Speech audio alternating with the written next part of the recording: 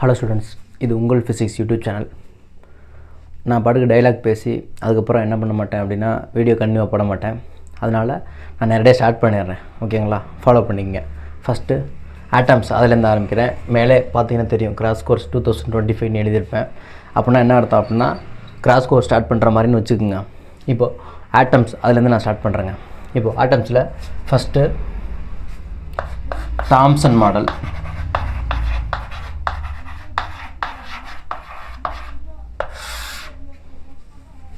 Thomson மாடலை பொறுத்த வரைக்கும் தாம்சன் என்ன சொன்னார் அப்படின்னா, ஆட்டம் அப்படிங்கிறது எப்படி இருக்கும் அப்படின்னா ஒரு தர்பூசணி பழம் மாதிரி இருக்கும். அந்த தர்பூசணி பழத்தில் இருக்கக்கூடிய அந்த ரெட் கலர் வந்து பாசிட்டிவ் அப்படின்னும், அதில் இருக்கக்கூடிய சீட்ஸ் விதைகள் வந்து நெகட்டிவ் அப்படின்னு சொன்னார்.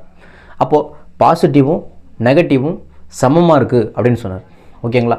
அப்போ பாசிட்டிவும் நெகட்டிவும் ஈக்குவலாக இருக்கிறதுனால ஆட்டம் வந்து நியூட்ரலாக இருக்குது அப்படின்னு சொன்னார். ஓகேங்களா? இது தாம்சன் மாடல். சரிங்க சார், இதில் என்ன பிரச்சனை அப்படின்னா, இப்போ நம்ம சொன்னோம் ஃபுல்லாக இந்த ரெட்டாக இருக்கிறது வந்து பாசிட்டிவ் அப்படின்னும், இதில் இருக்கக்கூடிய சீட்ஸ் கருப்பு கலரில் இருக்கக்கூடிய விதைகள் வந்து நெகட்டிவ் அப்படின்னு சொல்லியிருந்தார்.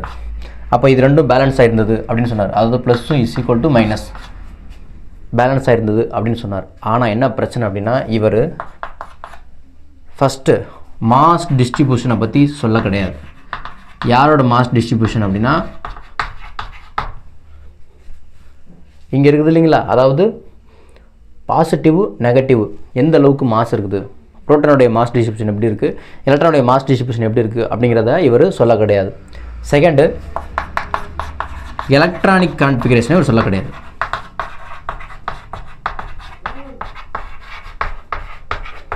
ரைட்டா? இந்த ரெண்டு டிராபேக்.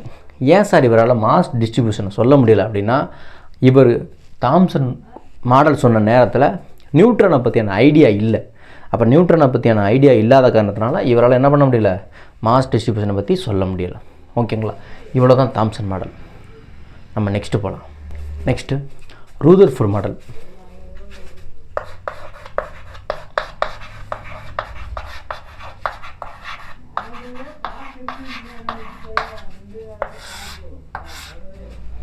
ரூதர்ஃபோர்ட் மாடல் ரொம்ப முக்கியமான மாடல். ஏன்னா கெய்கர் மாட்சன் எக்ஸ்பெரிமெண்ட் அப்படின்னு சொன்னாலும் இதுதான், ஆல்ஃபா ஸ்கேட்டரிங் எக்ஸ்பெரிமெண்ட் அப்படின்னு சொன்னாலும் இதுதான். என்ன பண்ணியிருப்பாங்க அப்படின்னா, ஒரு ஆல்ஃபா பார்ட்டிகளை லெட் பாக்ஸுக்குள்ளே வச்சுருப்பாங்க. எப்படி அப்படின்னா, இந்த மாதிரி ஒரு லெட் பாக்ஸ் எடுத்தாச்சு. இந்த லெட் பாக்ஸுக்குள்ளே ஆல்ஃபா பார்ட்டிகள் இருக்குது. ஆல்ஃபா பார்ட்டிகள்னால் யார் அப்படின்னா, பெரிலியமும் பொலோனியமும் மிக்சப் பண்ணுறோம். அப்போ பெரிலியத்தையும் பொலோனியத்தையும் மிக்சப் பண்ணும்போது நமக்கு He2 அப்படின்னு சொல்லக்கூடிய எலக்ட்ரான் ரிமூவ்டு ஹீலியம் கிடைக்குது.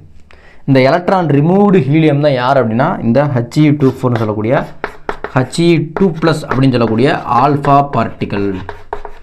அப்போ ஹீலியத்தில் எலக்ட்ரானை நம்ம ரிமூவ் பண்ணிட்டோம் அப்படின்னா அது ஆட்டோமேட்டிக்காக, ஹீலியத்தில் 2 எலக்ட்ரான் இருக்குது, அந்த 2 எலக்ட்ரானை நம்ம ரிமூவ் பண்ணிட்டோம்னா ஆட்டோமேட்டிக்காக ஹீலியம் வந்து பாசிட்டிவ் அயனாக மாறிடும்.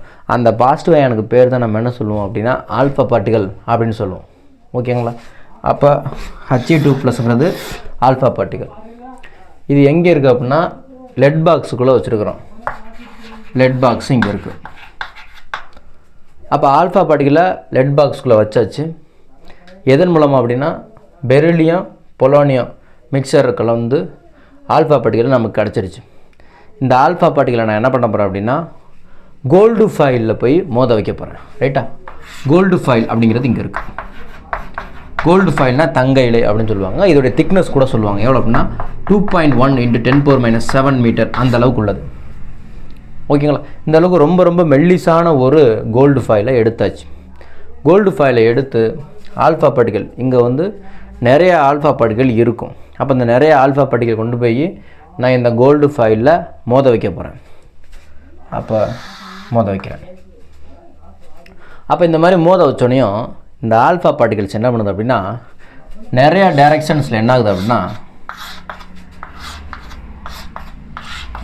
இந்த மாதிரி ஸ்கேட்டர் ஆகும். அப்போ இந்த மாதிரி நிறையா ஸ்கேட்டர் ஆனோடனையும் நம்ம என்ன பண்ணுறோம் அப்படின்னா ஆக்சுவல் ஆங்கிள்லேருந்து ஸ்கேட்டர் ஆகக்கூடிய ஆங்கிளை மெஷர் பண்ணுறோம். ரைட்டா? ஆக்சுவல் ஆங்கிளுங்கிறது நேராக அந்த பக்கமாக போக வேண்டியது. ஆனால் இங்கே பாருங்களேன், நமக்கு என்ன இருக்குது, சேஞ்சஸ் ஆகிருக்கு. நிறையா என்ன போயிருக்கு அப்படின்னா ஸ்கேட்டரிங் ஆங்கிள் வந்து சேஞ்ச் ஆகிருக்குது. அப்போது இது நம்ம என்ன சொல்லுவோம் அப்படின்னா தீட்டா. ஆக்சுவல் பாதையிலேருந்து விலகி போகுது. ஓகேங்களா? இது ஸ்கேட்டரிங் ஆங்கிள்னு சொல்லுவோம். அப்போது ஆல்ஃபா பார்ட்டிகல் ஸ்கேட்டரிங் ஆகுது எதன்படி? கோல்டு ஃபாயிலில் பட்டு. இந்த எக்ஸ்பெரிமெண்ட்டுக்கு பேர் நம்ம என்ன சொல்லுவோம் அப்படின்னா ஆல்ஃபா பார்ட்டிகல்ஸ்க்கு எக்ஸ்பெரிமெண்ட் அப்படின்னு சொல்லுவோம். இதனால என்னென்ன ரிலேஷன் அப்படிங்கிறத அப்சர்வேஷன்ஸ் எல்லாம் பார்ப்போம். இப்போது ஸ்கேட்டரிங் எக்ஸ்பெரிமெண்ட்னா என்னன்னு சொல்லிட்டேன். அடுத்து அப்சர்வேஷன்ஸ்.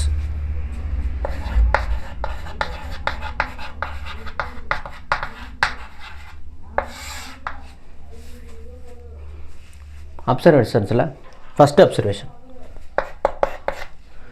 நிறைய ஆல்ஃபா பார்ட்டிகல் என்ன பண்ணிடுச்சு அப்படின்னா இந்த கோல்டு ஃபைல் இருக்கு இல்லைங்களா, இந்த கோல்டு ஃபைலை கிராஸ் பண்ணி போயிடுச்சு. அதாவது இன்னும் சொல்லப்போனால் நேராகவே போயிடுச்சு. அன்டிஃப்ளெக்டட், டிஃப்ளெக்ஷனே இல்லை. அப்போ டிஃப்ளெக்ஷனே இல்லைன்னா தீட்டாவுக்கு என்ன பண்ணாது, நமக்கு வேல்யூ வராது. ஓகேங்களா? அப்போ நம்ம என்ன சொல்லலாம், மோஸ்ட்டு ஆல்ஃபா பார்ட்டிகல்ஸ் ஆர் அன்டிஃப்ளெக்டட், டிஃப்ளெக்டடே ஆகலை.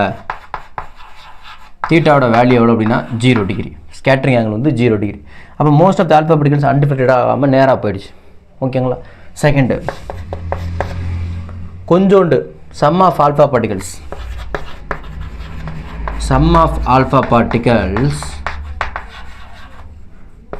Deflected some angle.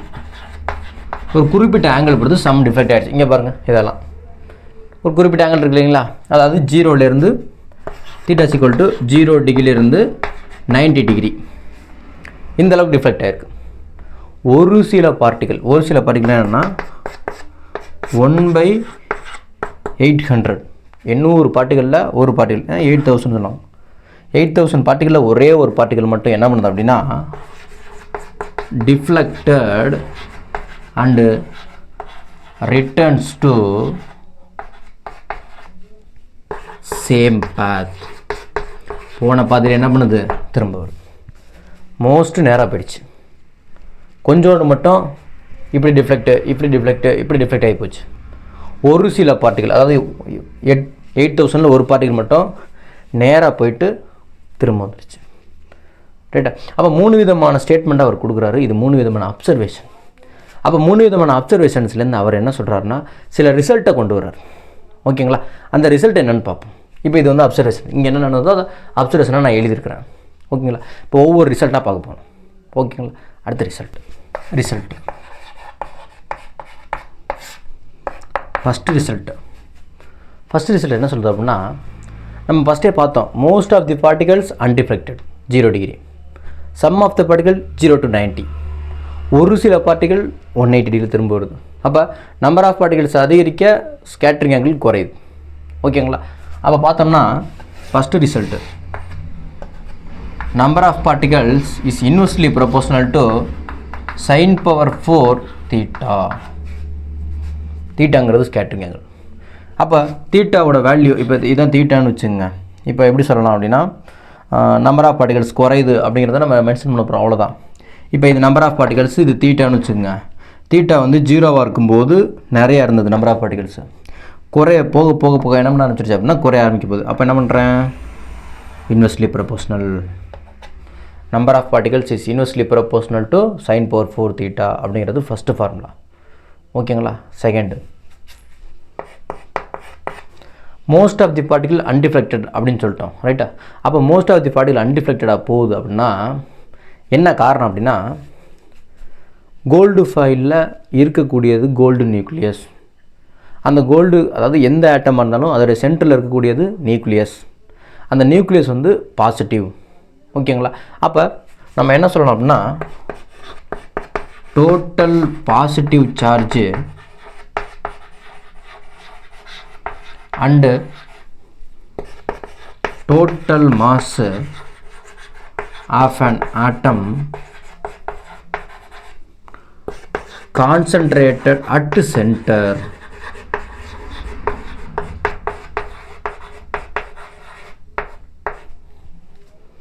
மொத்த பாசிட்டிவ் சார்ஜும் மொத்த மாசும் ஒரு ஆட்டமோட மொத்த மாசும் எங்கே இருக்குதான், சென்டரில் இருக்குதான். ஓகே, அதனால தான் இந்த டிஃப்ளெக்ஷன் நடக்குது. ஓகேங்களா. அடுத்து தேர்டு, அப்போ சென்டரில் கான்சன்ட்ரேட் ஆகுங்கப்ப சென்டரை நோக்கி போகிறது மட்டும்தான் திரும்ப வருது. அப்போ சென்டர் இல்லாமல் நிறையா அது என்ன பண்ணுது, அன்டிஃப்ளெக்டட் ஆகி போகுது இல்லைங்களா. அப்போ என்ன அர்த்தம், நியூக்ளியஸ் சென்டரில் இருக்குது, நிறைய அன்டிஃப்ளெக்ட் ஆகி போகுது அப்படின்னா நியூக்ளியஸை சுற்றி நிறைய இடம் வேக்கமாக இருக்குது, வேக்கண்ட்டாக இருக்குது. ஓகேங்களா. அப்போ most of the atom, most of the places in atom is empty.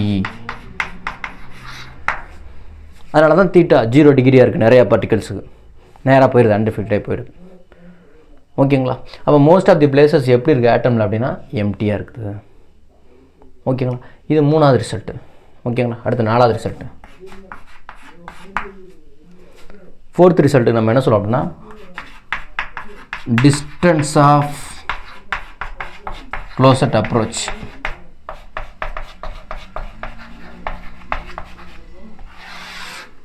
இதுதான் 4th ரிசல்ட்டு. இது என்னங்க சார் அப்படின்னா, இது எதுக்கு யூஸ் ஆகுது அப்படின்னா to find the size of the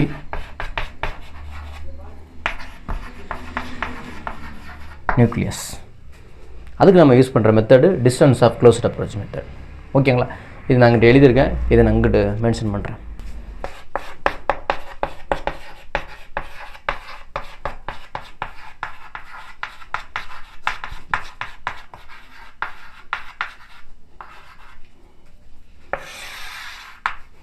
distance of closest approach. இப்போ இங்கே கோல்டன் நியூக்ளியஸ் இருக்கதா வச்சுக்கோம். கோல்டன் நியூக்ளியஸ் இதோட சென்டரில் தான் நியூக்ளியஸ் இருக்குது. கோல்டு ஆட்டம் சென்டரில் நியூக்ளியஸ் இருக்குதுன்னு வச்சுக்கோம். இப்போ ஆல்ஃபா பார்ட்டிகல் இங்கே வெயிட் பண்ணிகிட்டு இருக்குது, He24. இப்போ இது நேராக போய் யாரை போய் மோத போகுது அப்படின்னா கோல்டு பார்ட்டிகலில் போய் மோத போகுது. ரைட்டா. அப்படி நேராக போணுச்சு அப்படின்னா நம்ம முதலே சொன்னோம், நேராக போணுச்சு அப்படின்னா 180 டிகிரியில் திரும்ப வரும் அப்படின்னு நம்ம சொல்லியிருந்தோம். அப்போ நேராக போன கோல்டன் நியூக்ளியஸ் என்ன பண்ணுது அப்படின்னா போயிட்டு இப்போ இந்த இடத்துல திரும்பி வருதுன்னு வச்சுக்கோம். போய் இந்த நியூக்ளியஸ்ட்டு பாசிட்டிவ் சார்ஜா, இந்த ஆல்ஃபா பார்ட்டிகலும் பாசிட்டிவ் சார்ஜா. அப்போ இந்த பாசிட்டிவும் ரிப்பல்ஷன் ஆகும். அப்போ ரிப்பல்ஷன் ஆகும்போது என்ன பண்ணும், திரும்ப வரும். ஓகேங்களா. அப்போ இது மோதிர மாதிரி போயிட்டு ரிப்பல்ஷனால் திரும்ப வருது பார்த்தீங்களா ஒரு இடம். அதாவது இந்த டிஸ்டன்ஸை நம்ம என்ன சொல்லுவோம் அப்படின்னா distance of closest approach r அப்படின்னு சொல்லுவோம். அதாவது R0 அப்படின்னு சொல்லுவாங்க. ரைட்டா. அப்போ இதுதான் நியூக்ளியஸுடைய சைஸ். ஓகேங்களா. அப்போ நியூக்ளியஸோட சைஸை இந்த மெத்தடை வச்சு கண்டுபிடிக்கிறோம். சரிங்க சார், எப்படி கண்டுபிடிக்கிறது அப்படின்னா ஆல்ஃபா பார்ட்டிகல் இங்கேருந்து வேகமாக போயிருக்கும். ரைட்டா. அப்போ ஆல்ஃபா பார்ட்டிகல் இங்கேருந்து வேகமாக போயிருக்கிறப்ப கைனடிக் எனர்ஜி. அப்போ இது வேகமாக போய் இங்கே ஸ்டாப் ஆகிடுச்சு. ரைட்டா. அப்போ மொத்த கைனடிக் எனர்ஜி இங்கே என்ன மாறி இருக்குது அப்படின்னா பொட்டன்ஷியல் எனர்ஜி. அப்போ கைனடிக் எனர்ஜி தான் பொட்டன்ஷியல் எனர்ஜியாக மாறிடும். ஓகேங்களா. அப்போ நான் என்ன பண்ணுறேன் அப்படின்னா kinetic energy is equal to potential energy. Kinetic எனர்ஜிக்கு formula 1/2 mv² is equal to potential எனர்ஜிக்கு 1/4/ε0 Q1 Q2/R. இப்போ 1/2 mv² இஸ் ஈக்குவல் டு 1/4/ε0 Q1னா மோதிர சார்ஜ் யார், ஆல்ஃபா பார்ட்டிகல். ரைட்டா. அப்போ நமக்கு என்ன ஃபார்முலா தெரியும்னா Q is equal to NE அப்படின்னு தெரியும். அப்போ ஆல்ஃபா பார்ட்டிகளுடைய N number of electrons or number of protons எவ்வளோ அப்படின்னா 2. அப்போ Q1 is equal to 2E அப்படின்னு வந்துடும். அப்போ 2E Q1. Q2 அதாவது கோல்டில் வந்து 79 நம்ம என்னன்னு எடுத்துக்கலாம். அப்போ Q2 is equal to N into E. என்ன நம்ம என்ன எழுதுறோம்னா Z இன்ட்டு Eன்னு எடுத்துக்கலாம். அப்போ Z இன்ட்டு E. ஏன் சார் Z வருது அப்படின்னா அட்டாமிக் நம்பருங்கிறது number of electrons or number of protons. அப்போ இஜெட்டுங்கிறது அதுதானே மென்ஷன் பண்ண போகுது, அதனால் டிவைடட் பை R0னா இந்த டிஸ்டன்ஸ். இதுதான் கோல்டுக்கும் நியூக்ளியஸுக்கும் ஆல்ஃபா பார்ட்டிகளுக்கும் உள்ள டிஸ்டன்ஸ் R0. அப்போ இதுலேருந்து நான் கண்டுபிடிக்கிறேன், R0 இங்கே கொண்டு போயிடுறேன். R0 is equal to 1/4/ε0 2ZE² by இந்த kinetic energy.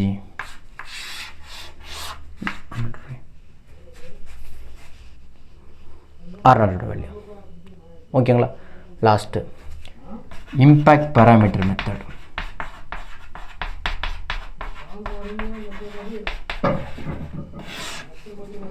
Impact parameter method எதுக்கு யூஸ் ஆகுது அப்படின்னா, டு ஃபைண்ட் த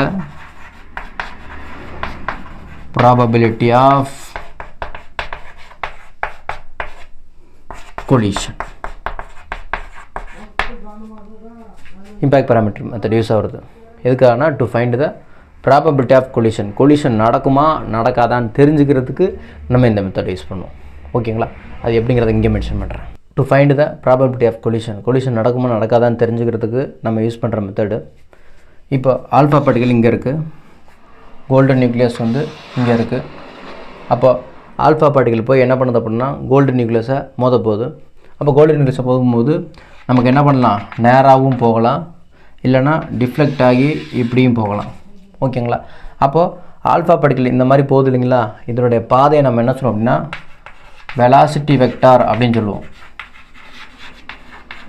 அப்போ வெலாசிட்டி வெக்டார் அதாவது பாத் ஆஃப் அன் ஆல்ஃபா பார்ட்டிகளுக்கும் கோல்டன் நியூக்ளியஸுடைய சென்டருக்கும் உள்ள பெர்பெண்டிகுலர் டிஸ்டன்ஸை தான் நம்ம என்ன சொல்லுவோம்னா இம்பேக்ட் பேராமீட்டர் அப்படின்னு சொல்லுவோம். அதாவது the perpendicular distance between golden nucleus, center of the golden nucleus and the velocity vector, இந்த வழியாக தான் போகும் அப்படின்னு சொல்கிறோம் இல்லைங்களா. அது சார் எல்லா நேரத்துலையும் இந்த பிக்கு வேல்யூ இருக்குமா அப்படின்னா கிடையாது.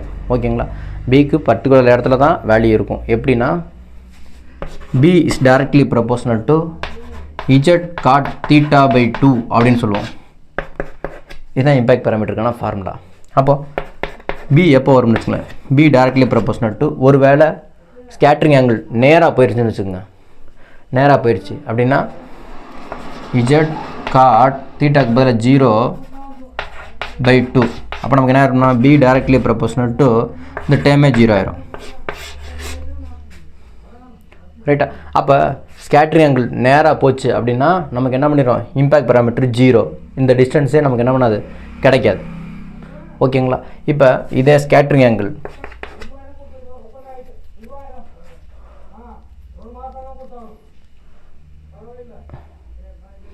இன்ஃபினிட்டி. ஏன் இன்ஃபினிட்டி அப்படின்னா பி 0வாக இருக்குது அப்படின்னா ஸ்கேட்ரிங் ஆங்கிள் 0வாக இருக்குது அப்படின்னா நேராக போயிடுச்சுன்னு அர்த்தம். நேராக போயிடுச்சுன்னா நமக்கு இந்த டிஸ்டன்ஸ் கிடச்சிரும். ஓகேங்களா? ஸ்கேட்டர் ஆகாமல் போணுச்சு, அன்டிஃப்ளெக்டடாக போணுச்சு அப்படின்னா இந்த டிஸ்டன்ஸ் நமக்கு இருக்கும். எப்போ போயிட்டு திரும்ப வருதோ அப்போ தான் இந்த டிஸ்டன்ஸ் நமக்கு கிடைக்காது. ஓகேங்களா? இப்போ நான் என்ன பண்ணுறேன் அப்படின்னா இதில் தீட்டா = 180 அப்ளை பண்ணுறேன். அப்போ 180 அப்ளை பண்ணணும்னு வச்சுங்களேன், எனக்கு என்ன வந்துடும், B directly proportional to Z cot 180/2ன்னு வந்துடும். அப்போ B directly proportional to Z cot 90. Cot 90 தான் என்னது 0. அப்போ பி டைரக்ட்லி ப்ரொபோஷனல் டு 0.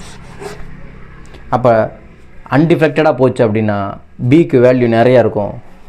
போயிட்டு திரும்ப வந்தது அப்படின்னா அதாவது 180 டிகிரி போயிட்டு திரும்ப வந்தது அப்படின்னா பிக்கு என்ன கிடைக்காது, வேல்யூ கிடைக்காது, 0 ஆகிடும். அப்போ இது ரெண்டுக்கு இடைப்பட்டில் தான் டிஸ்டன்ஸ் இருக்கும், இம்பேக்ட் பேராமீட்டர் இருக்கும். ஓகேங்களா? இது கொலிஷன் சம்மந்தப்பட்டது. அடுத்து லாஸ்ட் பாயிண்ட். இதன் மூலம் அவர் என்ன பண்ணார்னா நியூக்ளியஸோட சைஸை கண்டுபிடிச்சார். என்ன கண்டுபிடிச்சார் அப்படின்னா 10⁻14 மீட்டர்லேருந்து 10⁻15 மீட்டருக்குள்ளே தான் நியூக்ளியஸோட சைஸ் இருக்கும் அப்படின்னு கண்டுபிடிச்சார். அடுத்து இவர் என்ன ரெக்கமெண்ட் பண்ணார் அப்படின்னா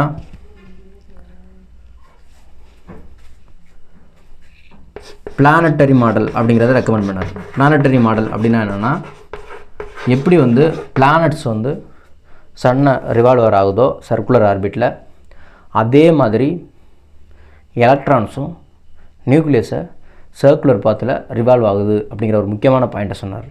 அது ஒரு அப்சர்வேஷன். அடுத்து ஃபைனலாக இவ்வளோ தான் அவருடைய ரிசல்ட்ஸ் வந்து இவ்வளோ தான். ஓகேங்களா? ஃபாலோ பண்ணிங்க. ரூதர்ஃபோர்டு பிளானட்டரி மாடல் அப்படிங்கிற ஒரு இன்ட்ரடியூஸ் பண்ணார். அதில் ஒரு பாயிண்ட் ஒன்று சொல்லியிருப்பார். என்ன பாயிண்ட் அப்படின்னா the centripetal force is provided by, centripetal force எப்படி கிடைக்குது யாருக்கு அப்படின்னா எலக்ட்ரானுக்கு. Centripetal force is provided by the repulsive force between 2 electrons. எப்படி அப்படின்னா இது நியூக்ளியஸா, கோல்டு நியூக்ளியஸா, வெளியில் எலக்ட்ரான் சுற்றி வருதுன்னு சொன்னாரா? அப்போ இந்த 2 எலக்ட்ரானுக்கு இடைப்பட்ட ரிப்பல்சிவ் ஃபோர்ஸ் தான் சென்ட்ரிபிட்டல் ஃபோர்ஸாக செயல்படுது.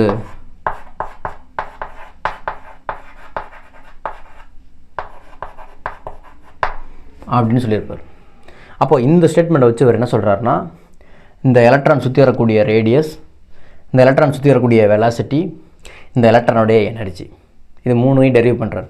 எப்படி டெரைவ் பண்ணுறாருன்னா, first radius of the orbit. Formula என்ன? F centripetal is equal to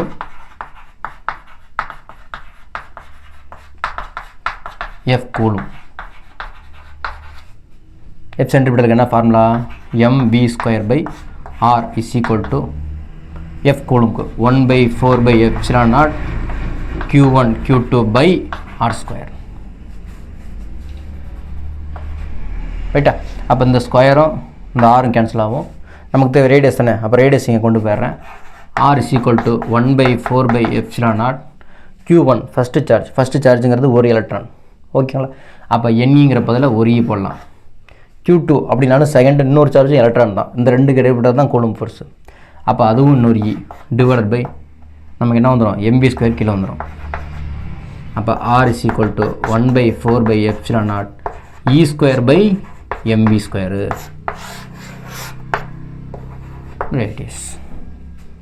radius of the orbit. Next velocity.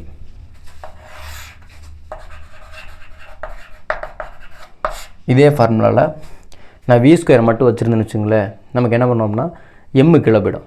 அப்போ m கீழே போயிடுச்சுன்னா mv²/r is equal to 1/4/ε0 e²/r². இந்த ஸ்கொயர் அந்த ஆறு கேன்சல் ஆகிடும். அப்போ v² அப்படியே வச்சுன்னா m மட்டும் கீழே போயிடும். அப்போ v² is equal to 1/4/ε0 e²/mr. அப்போ v is equal to √1/4/ε0 e²/mr அப்படிங்கிறது வெலாசிட்டி. ரூதர்ஃபோர்டோட கண்டுபிடிச்ச வெலாசிட்டி. யாரோட வெலாசிட்டி? எலக்ட்ரானுடைய வெலாசிட்டி. அடுத்து எனர்ஜி.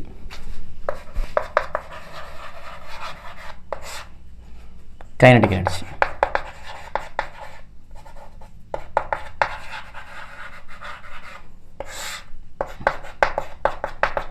half mv². இது என்ன ஃபார்முலா? v²க்கு பதில் நம்ம என்ன கண்டுபிடிச்சோம்னா அங்கே ஒரு ஃபார்முலா போட்டோம். என்னதுன்னா mv²/r is equal to 1/4/ε0 e²/r². இதையும் கேன்சல் பண்ணோம்னா v² இஸ் ஈக்குவல் டு 1/4/ε0 e²/mrனு போட்டோம். அதை கொண்டாந்து இங்கே சப்ஸ்டிட் பண்ண வேண்டியதான்.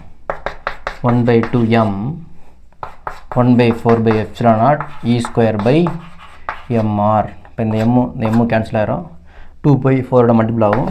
அப்போ 1/8/ε0 e²/r அப்படின்னு கிடைக்கும். இது kinetic எனர்ஜிக்கான equation.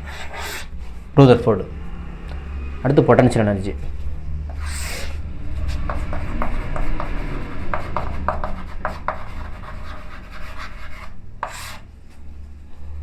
U is equal to 1/4/ε0 q1 q2/r.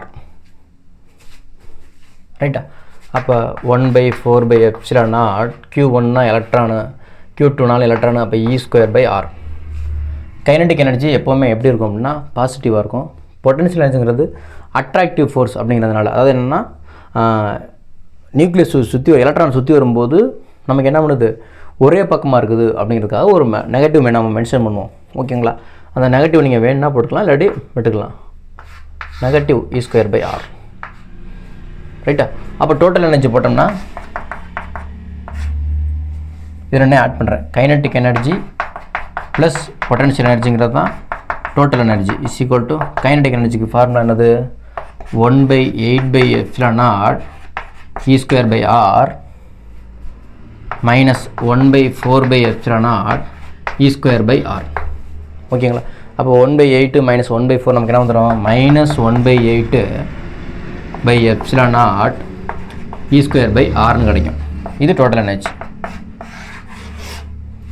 அப்போ நமக்கு ஒரு ரிலேஷன் வருது. என்ன ரிலேஷன் வருது அப்படின்னா, kinetic energy minus total energy, இது ரெண்டும் ஈக்குவல். நம்ம சொல்ல போனால் total energy equal to minus kinetic energy, இது கரெக்டாக. அடுத்து potential energy equal to minus 2 into kinetic energy, இந்த ரிலேஷன். ஓகேவா? இது எல்லாமே இதுலேருந்து நம்ம ஃபைண்ட் பண்ணுற ரிலேஷன்ஸ். இவ்வளோ தான் கண்டுபிடிச்சாரு. இதுக்கு மேலே நமக்கு வேணும்னா நம்ம என்ன பண்ணலாம், எது வேணாலும் கண்டுபிடிச்சிக்கலாம். இப்போ விக்கு பதிலாக ஆருக்கு பதிலாக வி ஒமேகா போட்டோம்னா, விக்கு பதிலாக ஆர் ஒமேகா போட்டோம்னா நமக்கு என்ன கிடைக்கும், டைம் பீரியடு, ஆங்குலர் வெலாசிட்டி, இது எல்லாமே கிடைக்கக்கூடிய. ஓகேவா? அடுத்து ட்ராபேக்ஸ் பார்ப்போம்.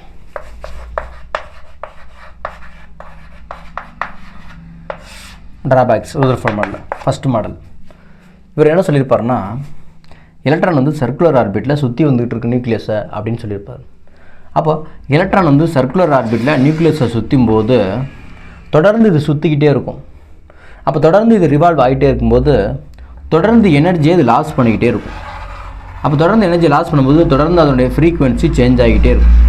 தொடர்ந்து அதோடய ஃப்ரீக்குவென்சி சேஞ்ச் ஆகும்போது தொடர்ந்து அதனுடைய பாதையும் என்ன பண்ணிகிட்டு இருக்கோம், சேஞ்ச் ஆகி வந்து கடைசியில் எங்கே வந்துடும், finally fall into the nucleus, கடைசியாக நியூக்ளியஸ்குள்ளே வந்து விழுகும் அப்படின்னு சொல்லியிருப்பாங்க.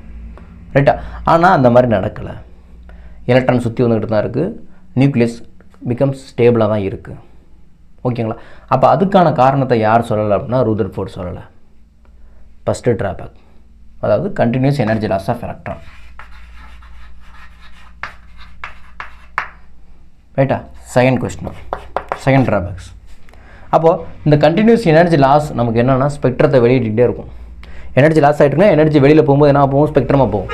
அப்போ எனர்ஜி லாஸ் வந்து ஸ்பெக்ட்ரமாக போய்கிட்டே இருக்குது. ஓகேங்களா? அப்படி ஸ்பெக்ட்ரமாக போகும்போது அந்த ஸ்பெக்ட்ரம் எப்படி இருக்குது அப்படின்னா கண்டினியூஸ் ஸ்பெக்ட்ரமாக இருக்குது